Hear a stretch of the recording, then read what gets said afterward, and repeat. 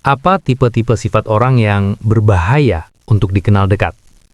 Sebelum mulai, gue mau bilang satu hal penting. Video ini bukan buat ngecap orang sebagai sakit atau rusak. Ini bukan diagnosis. Ini cuma ngebahas pola sifat dan perilaku yang kalau terlalu dekat sama kita, pelan-pelan bisa ngerusak mental, kepercayaan diri, dan hidup kita sendiri. Karena masalah terbesar itu bukan orang jahat yang kelihatan jelas, tapi orang yang kelihatannya normal, tapi perlahan bikin lo capek, ragu sama diri sendiri, dan kehilangan arah. Masalahnya, sifat-sifat ini jarang muncul terang-terangan. Mereka muncul pelan, halus, kadang dibungkus perhatian, kepedulian, atau kedekatan. Makanya penting buat lo tahu tandanya, bukan buat ngejauhin semua orang, tapi buat pasang jarak sehat sebelum terlambat. Sekarang kita bahas satu-satu. Tipe 1, paranoid, selalu curiga, selalu mencurigai. Orang dengan sifat ini hidup di dunia yang isinya ancaman. Mereka susah percaya sama siapapun, bahkan ke teman dekat, keluarga, atau pasangan sendiri. Awalnya mungkin kelihatan waspada atau hati-hati, tapi lama-lama lo bakal ngerasa kayak lagi diadili terus. Semua tindakan lo dicurigai, semua kesalahan kecil diperbesar, semua niat baik lo dipertanyakan. Dan yang bahaya, mereka jarang ngaku salah. Dunia mereka selalu penuh musuh, dan suatu hari, lo bisa masuk ke daftar itu. Tipe 2, skizoid, dingin, jauh, dan tertutup. Sifat ini bukan sekedar introvert. Orang dengan pola ini benar-benar menjaga jarak emosional. Mereka nggak tertarik membangun kedekatan, nggak suka hubungan emosional yang dalam, dan sering terlihat dingin.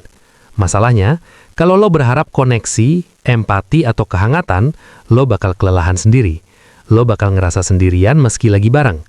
Lama-lama, lo mulai nyalahin diri sendiri karena merasa terlalu butuh. Padahal masalahnya bukan di lo, tapi di ketidakmampuan mereka buat hadir secara emosional. Tipe 3, narsistik. Semua harus tentang dia. Ini salah satu yang paling berbahaya. Orang dengan sifat narsistik punya rasa kepentingan diri yang ekstrim.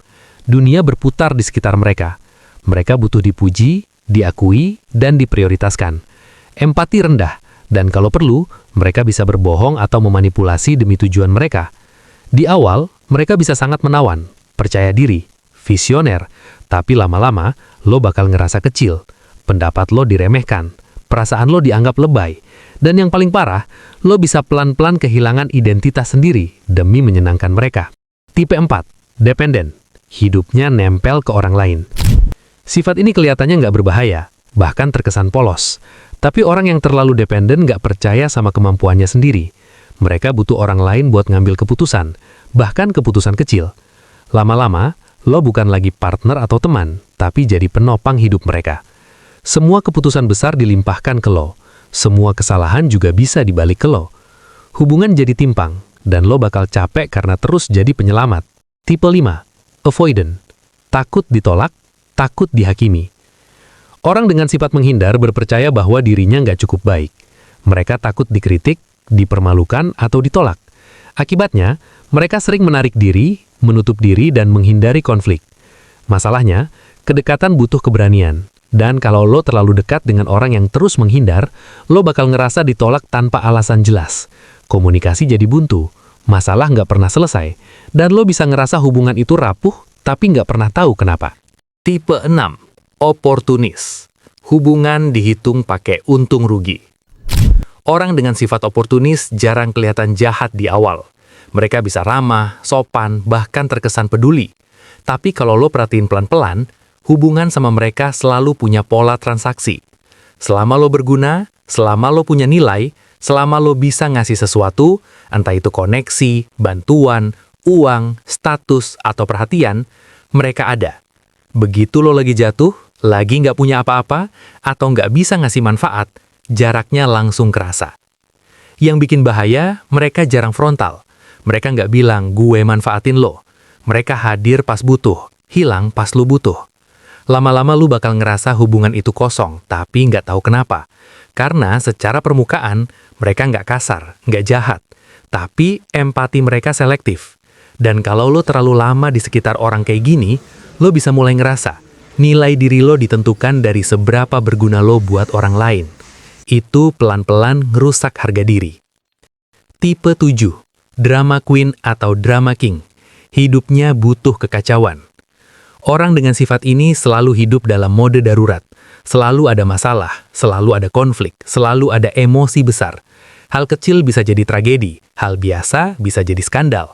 Awalnya mungkin seru, hidup terasa penuh warna. Tapi lama-lama, lo bakal capek secara emosional. Masalah terbesar bukan karena mereka punya masalah, tapi karena masalah itu nggak pernah selesai. Begitu satu drama kelar, muncul drama baru. Mereka butuh perhatian, simpati, dan validasi terus-menerus. Dan tanpa sadar, lo terseret buat jadi penonton, penenang, atau bahkan pemeran pendukung dalam hidup mereka. Hidup lo jadi ikut berisik, tenang terasa asing, dan lo bisa mulai ngerasa bersalah kalau nggak ikut larut dalam kekacauan mereka. Tipe 8. Kritikus. Selalu ada yang kurang. Orang dengan sifat kritikus jarang kelihatan kejam. Mereka sering berdalih, jujur, realistis, atau cuma mau lo jadi lebih baik. Tapi perhatiin polanya. Apapun yang lo lakukan, selalu ada kurangnya. Pujian jarang keluar. Apresiasi hampir nggak ada. Yang ada evaluasi, koreksi, dan pembanding. Lama-lama, lo bakal hidup dalam tekanan halus. Bukan karena mereka teriak, tapi karena lo terus ngerasa nggak cukup.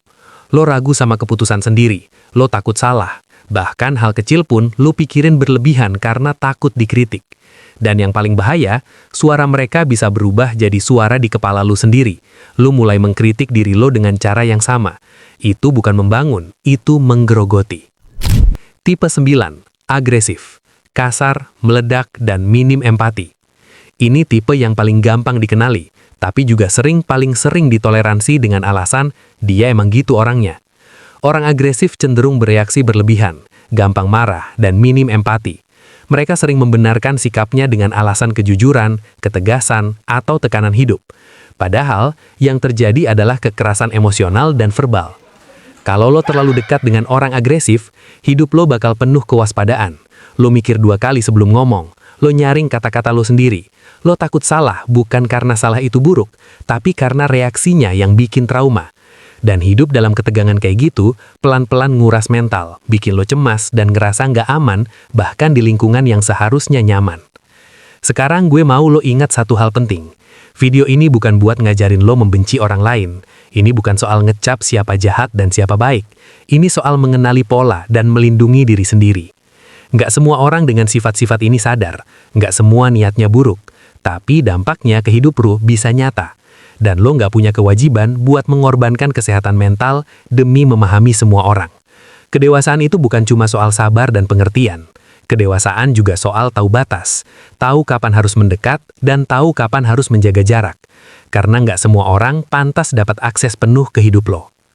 Kalau lo ngerasa beberapa tipe ini familiar, mungkin itu bukan kebetulan.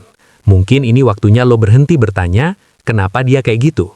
Dan mulai bertanya, kenapa gue masih di sini? Lo nggak egois kalau milih diri lo sendiri. Lo nggak jahat kalau narik jarak. Dan lo nggak lemah karena pengen hidup lebih tenang. Perhatiin pola, dengerin intuisi. Karena seringkali tubuh dan pikiran lo udah capek duluan sebelum logika lo sadar. Kalau konten kayak gini bikin lo lebih waspada dan lebih ngerti dinamika manusia, follow akun ini. Di sini kita nggak cari sensasi, kita belajar ngerti manusia, termasuk diri sendiri.